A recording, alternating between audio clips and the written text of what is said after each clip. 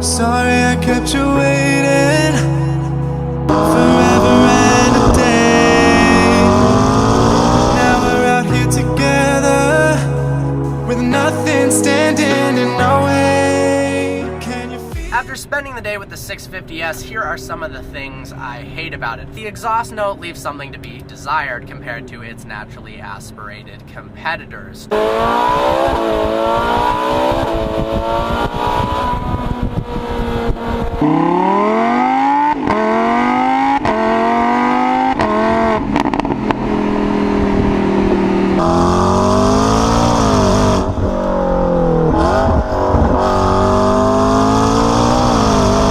Turbos affect the induction noise as well as the exhaust note. The impellers in the turbos cause the noise in the induction and the exhaust to be a little bit muted and softer. It also causes it to be more sinusoidal in nature, which causes this more smooth exhaust note instead of the more aggressive or piercing in terms of the Lamborghini V10 or the 458's V8. Now, with an aftermarket exhaust, they fixed the loudness issue, but it's not as good, in my opinion, as either of the Italian rivals.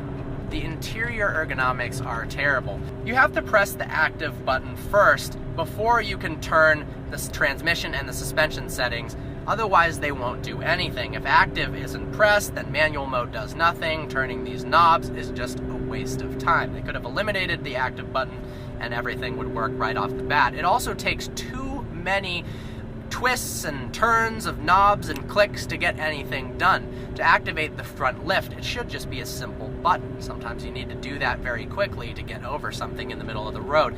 Instead, you have to push the stock away from you, push to the left, push towards you to select vehicle lift, you push up to raise it up, but it's just too complex. They should have made a lot of things simpler.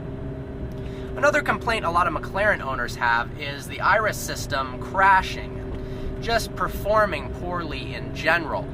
The refresh rate on the backup camera is terrible. In fact, the graphics in general for the backup camera are terrible as well. Some owners have said that while backing up, the iris system has actually crashed. And a few people have even reported that the graphics in the instrument cluster have turned completely upside down. So all their readings, temperature, trip, range is flipped completely upside down. Some people on the forums made a joke about thinking that it switched the language to Russian. That's just the way it was. The rear end of the 650s looks exactly like the 12C, apart from a few nuances, and to me that's not a compliment. I don't like the way it looks. I'm not a fan of the horizontal slats, and for a car that's supposed to be completely new from the 12C, it would have been nice. I love the refreshed frontal styling. It'd be cool if they did something with the back. I know they're capable of designing a gorgeous car in the rear. Look at the P1, for instance, and I actually quite like the rear of the new 570s. Not a fan of the rear styling on the 650s. The interior of the 650s is a bit boring compared to its Italian counterparts. Yes, there's nice Alcantara and carbon fiber, but they didn't really do anything crazy with the design. Now McLaren, it's usually more simplistic, but I think they could have done a lot more with the interior, especially some of the hexagonal design cues in the Huracan make it seem a step above the 650s, and especially with some of the ergonomic difficulties. This is a brilliant driver's car, but the interior, not a huge fan. Well, there you have it. The 650s is a brilliant car, but nothing's perfect, so there are some of the things I hate about it. I hope you found this video informative. Like always, please browse our channel and subscribe. Like us on Facebook, follow us on Instagram. Look forward to seeing you next video. Slow down, don't forget